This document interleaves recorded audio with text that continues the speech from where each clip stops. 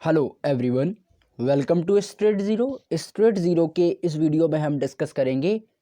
Bitcoin and blockchain system के बारे में। दोस्तों, आपने बिटकॉइन का नाम ज़रूर सुना होगा ऑलमोस्ट रिसेंटली, और बिटकॉइन को फ्यूचर की मोस्ट पावरफुल करेंसी भी यहाँ पे कहा जाता है। अब दोस्तों, बिटकॉइन के बारे में इस वीडियो में हम पूरा एक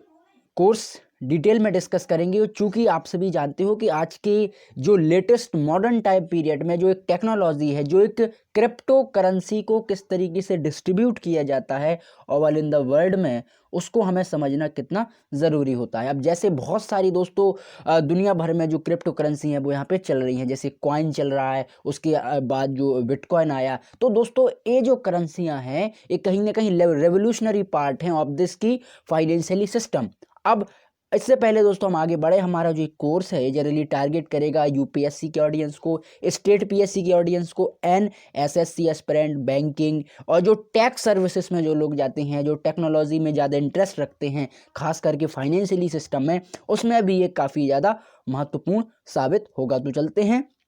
हमारे दोस्तों इस वीडियो की तरफ। दोस्तों, जनरली इस पूरे कोर्स में हम यहाँ पे डिस्कस करेंगे इन दिस की बिटकॉइन किस तरीके से वर्क करता है, क्यों इसको बनाया गया 2008 और 9 के बीच में, और कितना रेवोल्यूशनरी पार्ट है, कितना एक क्रांतिकारी जो फाइनेंशियली सिस्टम है कि भविष्य में आकर के पूरे फाइनेंशियली सिस्टम को ये बदल देगा, पूरे फाइनेंशियली सिस्टम को लाइक की शिफ्ट कर देगा। देन दोस्तों, इकोनॉमी एंड फाइनेंस का एक पैराग्राफ को एक्सेप्ट करेगा, जो कि हम उस पर बेसिक एक डिटेल में चर्चा करेंगे। इस पूरे कोर्स में ऑलमोस्ट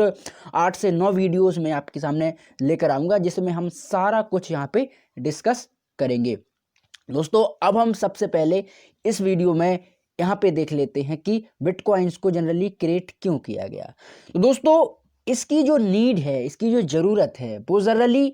उस टाइम पे पड़ी जब दुनिया भर में फाइनेंशियली क्राइसिस चल रहे थे। खास करके अगर हम बात करें अमेरिका में, तो ऑलमोस्ट 2008-9 के बीच में बहुत ज़्यादा वहाँ पे फाइनेंशियली क्राइसिस यहाँ पे देखा गया। और उसी टाइम पीरियड पे दोस्तों बहुत सारी जो प्राइवेट लिमिटेड कंपनियां हैं वो भी यहाँ पे धीरे धीरे उठ रही थी। जैसे सपोज दैट हम बात करें पेपैल की, जो कि एलोन मस्क साहब की है, देन वो उससे पहले भी वो चल रही थी। तो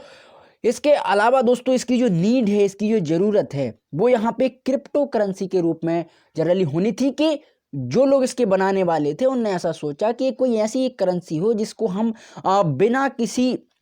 रोक टोक के या बिना किसी अपारदर्शिता के हम किसी को भी भेज सकें। और दोस्तों, आप सभी जानते हो कि बिटकॉइंस में जितने भी ये काले कारनामे होते हैं, या आपने डार्क वेब का नाम सुना होगा, जो कि इंटरनेट की जो काली दुनिया है, डार्क वेब, वहाँ पे ज़्यादातर जो क्रिमिनल एक्टिविटीज़ होती हैं या कोई गलत वर्क होते हैं या कुछ ऐसे काम होते हैं जो कि आम रूप से हम सामान्यतः उसको नहीं कर सकते। तो कई लोग ऐसे हैं दोस्तों जो डार्क वेब पर जा कर के बिटकॉइन में जनरली ट्रांजैक्शन करते हैं, या फिर बिटकॉइन में जो है अपने पैसे, अपनी मनी को ट्रांसफ़र करते हैं एक जगह से दूसरी जगह। अब दोस्तों, बिटकॉइन को ही क्यों ट्रांसफ़र करते हैं? क्योंकि बिटकॉइन की जो आज के टाइम पे बहुत ज़्यादा जो वैल्यू सिस्टम है, या बहुत ज़्यादा उसकी जो कीमत है, वो आप यहाँ पे देखिएगा कि ऑलमोस्ट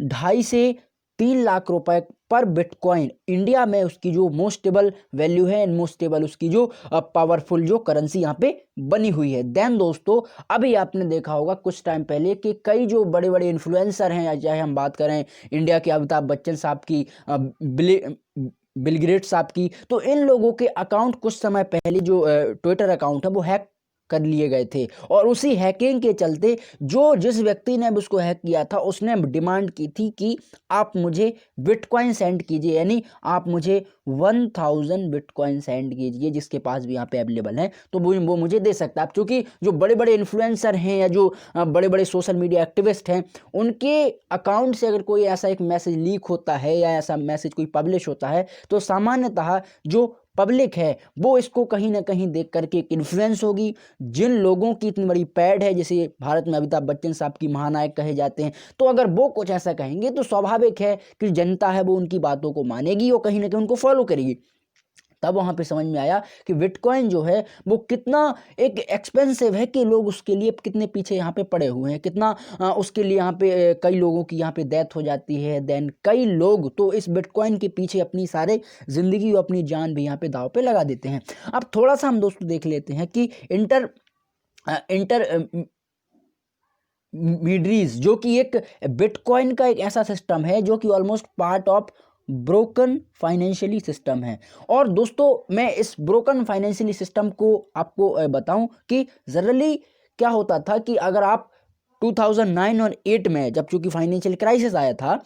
उस टाइम पे जिन व्यक्तियों ने बैंक से लोन लेने की बात की या बैंक से पैसा निकालने की बात की, तो बैंक ने उस टाइम पीरियड पे ऑलमोस्ट एक डिमांड रखी कि अगर आप 20,000 रुपए निकालते हो तो इससे आप ज़्यादा नहीं निकाल सकते, या आप ज़्यादा निकालने की यहाँ पे कोशिश करोगे तो बैंक उसको यहाँ पे बार बार अपडेट करने की कोशिश करता है, या बैंक कहता है कि जैसे अभी नोटबंदी हुई थी भारत में, तो कोई भी व्यक्ति 2,000 रुपए से ऑलमोस्ट ज़्यादा नहीं निकाल सकता था उस टाइम पीरियड पे 2017 में, जब सभी लोग लाइन में लगे थे। तो एक ऐसा फाइनेंशियली जो डिस्ट्रीब्यूशन या फाइनेंशियली जो एक हिसाब का क्राइसिस आता है, वहाँ पे ऐसी दुविधाएं देखी गई हैं। तो दोस्तों उसी टाइम पीरियड पे खासकर मैं बात कर रहा हूँ इन अमेरिकन सोसाइटी की, जो कि काफ़ी ज़्यादा पावरफुल है, काफ़ी ज़्यादा अवेयर है। तो उसी टाइम पीरियड पे इस करेंसी को बाकायदा इमीडिएट किया गया, इस करेंसी को इंट्रोड्यूस किया गया, जो कि दोस्तों इम्पोज करता है limitation of your honours money, यानी जो आपकी मनी है उसको यहाँ पे इम्पोज करने की यहाँ पे बात ही करता है कि नहीं, ऐसा नहीं होना चाहिए। आप अगर बैंक जो है वो पैसा नहीं दोगे तो हम कोई और एक ऐसी करेंसी और कोई ऐसा सिस्टम ईजाद करेंगे जिसकी बदौलत से हम अपना ट्रांजैक्शन, हम अपनी मनी वैल्यू, हम अपना जो मेरा पैसा फंसा हुआ है कहीं पर भी किसी भी इंडिविजुअल का, उसको हम निकालेंगे। अब दोस्तों थोड़ा सा हम देख लेते हैं कि बिटकॉइन जो बनाने वाला पर्सन है या जिसने बिटकॉइन को ईजाद किया है, जिसने बिटकॉइन को बनाया है, उसका नाम है सातोशी नाकामोटो। अब दोस्तों यह बड़ी एक मिस्टीरियस बात है कि जो एक सातोशी नाकामोटो है, ये पता नहीं चल पा रहा है कि कोई व्यक्ति है, कोई मेल है या फीमेल है, या फिर कोई पूरी एक कंपनी है, या फिर कोई एक ऐसा ग्रुप है जो कि जनरली कहीं पर बैठा हुआ है और जिसने बिटकॉइन को रजिस्टर्ड किया है, बिटकॉइन का जो domain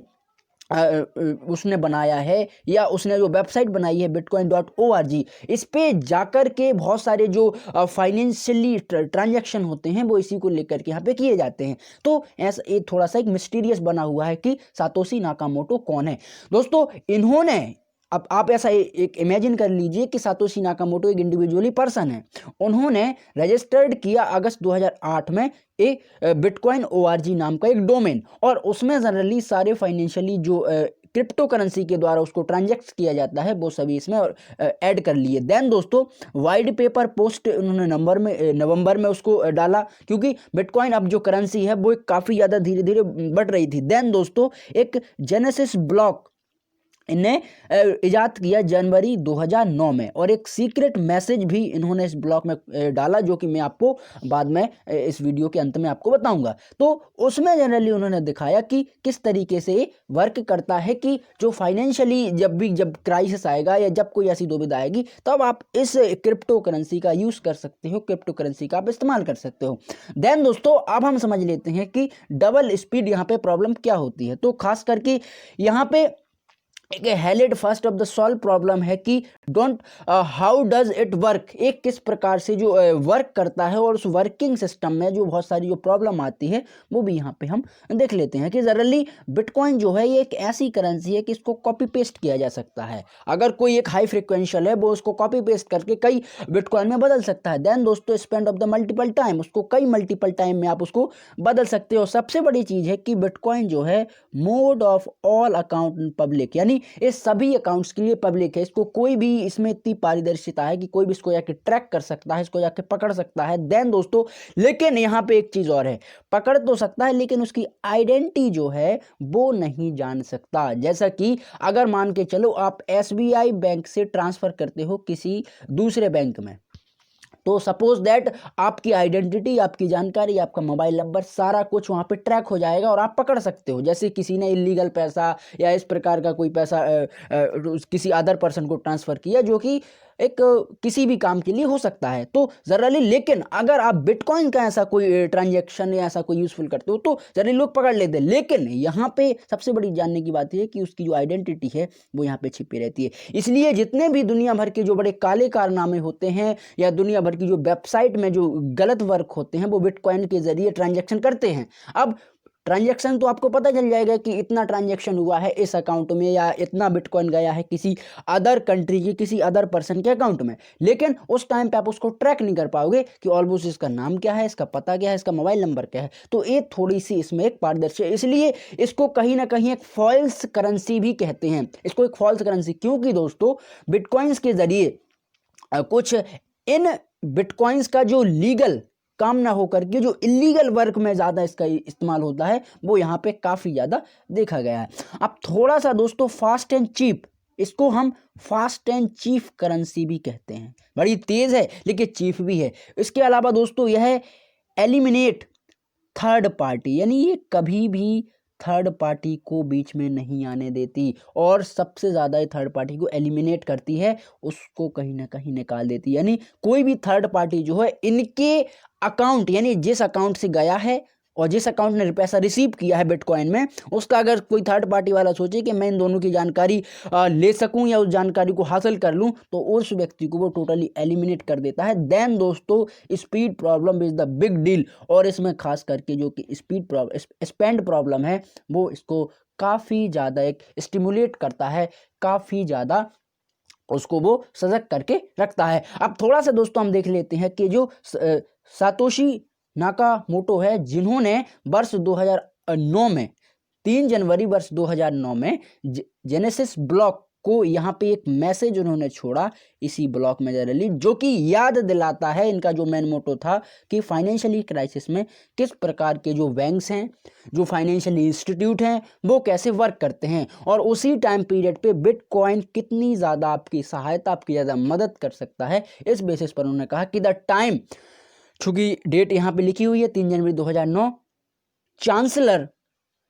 chancellor on bank of second wallet for bank, यानी bank of second wallet for bank, यानी जो बिटकॉइन है ये बैंक का सेकेंड वॉलेट ऑफ बैंक है। अगर किसी भी टाइम पीरियड में बैंक के जरिए कुछ ऐसा वर्क होता है कि बैंक आपकी सारी जो फाइनेंशियली जो आपका हब है उस पर यहाँ पे कब्जा जमा लेता है, तो आप बिटकॉइन से किस तरीके से एक ट्रांजैक्शन कर पाते हो या बिटकॉइन का जरिए आप यूज़ कर पाते हो। यह एक ब्लॉग डाला था सातोशी नाकामोटो ने जब बिटकॉइन को बाकायदा रजिस्टर्ड किया था या उसको उसकी बाकायदा जो ऑफिशियली अनाउंसमेंट उन्होंने की थी। तो दोस्तों आशा करता हूं आप इसे ज़रूर समझे होंगे। अगर आपको वीडियो पसंद आया है तो जरूर चैनल को सब्सक्राइब करें, वीडियो को भी शेयर आउट कर सकते हो। मिलते हैं नेक्स्ट लेसन में।